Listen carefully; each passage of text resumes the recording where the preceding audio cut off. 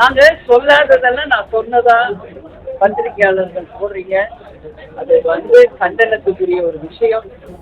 நான் என்ன சொல்றேனோ அதை நீங்க போடணும் அப்படின்னு பிரஸ் என்கிட்ட கேள்வி கேட்குறேன்.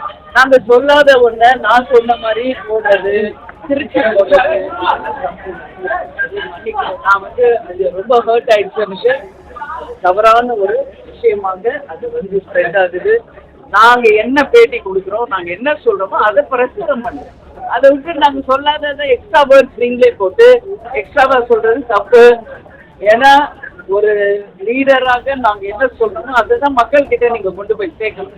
நாங்க சொல்லாதது நாங்க எங்க கட்சி நிர்வாகி கிட்ட பேசுறதெல்லாம் நீங்க டெலிகாஸ்ட்ல நான் சொன்ன மாதிரி சொல்றது மிக பெரிய கண்டனத்துக்குரிய விஷயம்.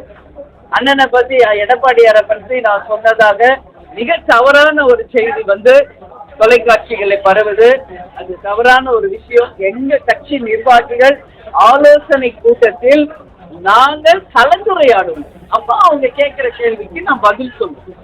அப்போ பேசப்பட்டதுதான். உடனே என்ன சொல்றீங்க, முதுகுல சொல்றாரு அப்படின்னு நான் சொன்னதாக முற்றிலும் ஒரு தவறான ஒரு விஷயத்தை மக்களிடையே பரப்பின நிச்சயமாக அனைத்து ஊடகங்களுக்கும் என்னுடைய கண்டனத்தை நான் தெரிவித்துக் கொள்கிறேன். நாங்க சொல்லாத ஒரு விஷயத்த நான் சொன்ன மாதிரி நீங்க சொல்லக்கூடாது. அந்த வார்த்தை என் வாயில வரவே வராது. நான் இது வரைக்கும் பேசினது கூட கிடையாது.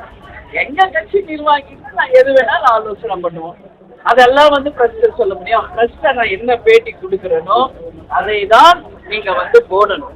அதை தவிர மாற்றி மாற்றி திருச்சி நீங்க உங்க சுயலாபத்திற்கெல்லாம் நீங்க அதை யூஸ் பண்ணீங்கன்னா பத்திரிகையாளர்கிட்ட இன்னைக்கு நான் மேல்மருவத்துல அம்மன் முன்னாடி கேட்டுக்கிறேன், தயவு செஞ்சு என்கிட்ட பிரஸ் மீட்டுக்கு வராதீங்க. இனிமேல் நான் அவ்வளவு தூரம் உங்களுக்கு ரெஸ்பெக்ட் பண்றேன். எந்த ஆளு டெய்லி உங்களை கூப்பிட்டு பிரஸ் மீட் கொடுத்துட்டு இருக்காங்க யோசிச்சு பாருங்க.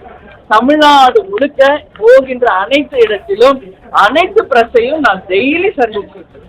அப்படி இருக்கிறப்ப நான் சொல்லாத ஒரு விஷயத்தை பதிவு செய்த அனைத்து ஊடகங்களுக்கும் தேமுதிக சார்பாக என் சார்பாக என் கண்டனங்களை இந்த நேரத்தில் நான் பதிய வைக்கிறேன்.